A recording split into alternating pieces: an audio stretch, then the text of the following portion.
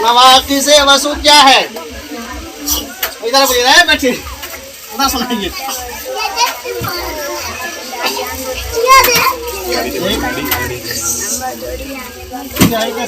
कैसे कर देंगे तुम लोग खड़े रहोगे?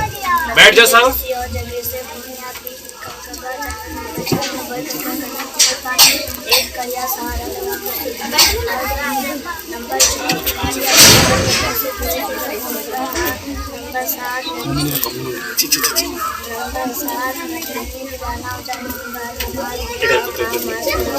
हाँ, तीनों ने नमाज को जिस चीज से वजू टूट जाता है वो सुनाई है दोबारा में।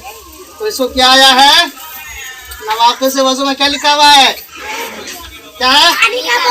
पानी की बाटल। चलिए लीजिए, माशाल्लाह मास्टर साहब के हाथ से। मास्टर साहब पढ़ाते हैं, पहचानते हैं ना?